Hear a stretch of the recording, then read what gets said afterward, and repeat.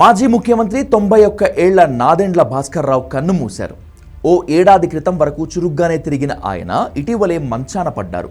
తెలుగు రాష్ట్రాల్లో ఒక్క నెల ముఖ్యమంత్రిగా ముద్రపడిన నాదెండ్ల ఓ తెలివైన సమర్థుడైన నాయకుడిగా పొలిటికల్ కెరియర్ ప్రారంభించి చివరికి చరిత్రహీనుడిగా మిగిలిపోయారు. దీనికి కారణం 1984లో స్వర్గీయ ఎన్టీ రామారావు ప్రభుత్వాన్ని ఆయన కూల్చివేయటమే. 1935లో గుంటూరు జిల్లాలో పుట్టిన నాదెండ్ల భాస్కర్ రావు ఉస్మానియా యూనివర్సిటీ నుంచి BA LLB చేశారు.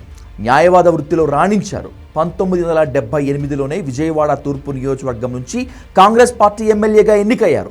అదే ఏడాది చంద్రబాబు నాయుడు, వైఎస్ రాజశేఖర రెడ్డి వంటి హేమీలు మొదటిసారి ఎమ్మెల్యేలుగా అసెంబ్లీలో అడుగుపెట్టారు.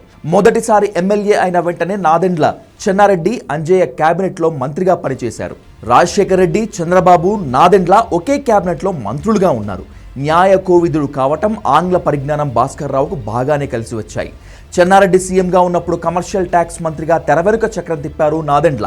1982లో ఎన్టీఆర్ టీడీపీ స్థాపించినప్పుడు భాస్కర్ రావు కాంగ్రెస్ని వదిలి అన్నగారి వెంట వచ్చాడు. పార్టీలో నెంబర్ 2గా ఎదిగాడు. 1983లో టీడీపీ ఉమ్మడి ఆంధ్రప్రదేశ్లో అధికారం కైవసం చేసుకుంది. నాదెండ్ల ఆర్థిక శాఖ మంత్రి అయ్యారు. ముఖ్యమంత్రి ఎన్టీ రామారావుకు అత్యంత సన్నిహితంగా ఉండేవారు. నేటి టీడీపీ అధ్యక్షుడు ఏపీ సీఎం చంద్రబాబు అప్పటికి ఇంకా కాంగ్రెస్లోనే ఉన్నారు.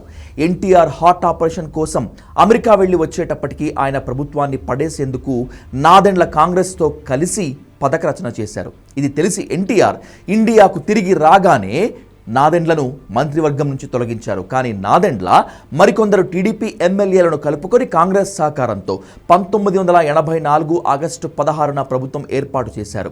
ఎన్టీఆర్ సర్కార్ కుప్ప కూలిపోయింది.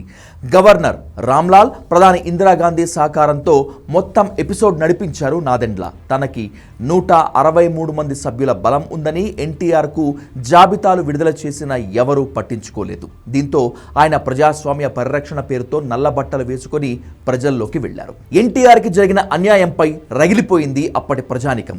ప్రజలు రోడ్లపైకి వచ్చి గవర్నర్ రామ్లాల్కి, ప్రధాని ఇందిరాగాంధీకి వ్యతిరేకంగా ఉద్యమించారు. నెల రోజుల పాటు ఏపీ అట్టుడికిపోయింది.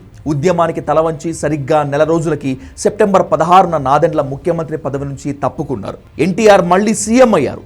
చరిత్రలో ఇలాంటి సంఘటన దేశంలో ఇంకెక్కడా జరగలేదు. గవర్నర్ రామ్లాల్, ప్రధాని ఇందిరాగాంధీ పరువు పోగొట్టుకున్నారు. అయితే ఎన్టీఆర్ ఇంతటితో సంతృప్తి చెందలేదు.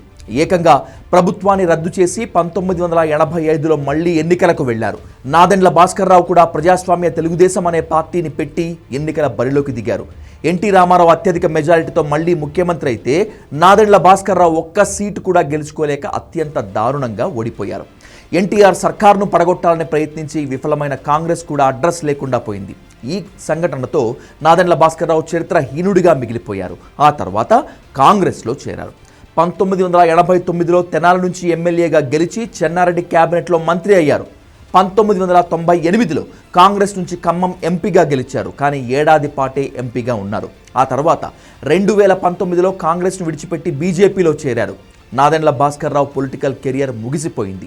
నాదెండ్ల కుమారుడు మనోహర్ ఏపీ కూటమి సర్కార్లో సివిల్ సప్లై మినిస్టర్గా ఉన్నారు.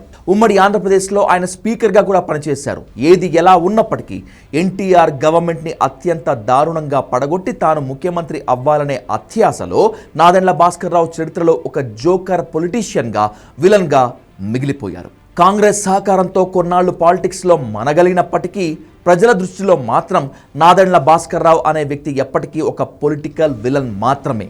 విద్యార్హతలు, అడ్మినిస్ట్రేషన్పై పట్టు ఉన్నప్పటికీ ఎన్టీఆర్ను కూలదేసేందుకు కుటిల ప్రయత్నం చేసి చివరికి చరిత్రహీనుడిగా మిగిలిపోయాడు నాదెండ్ల భాస్కర్ రావు.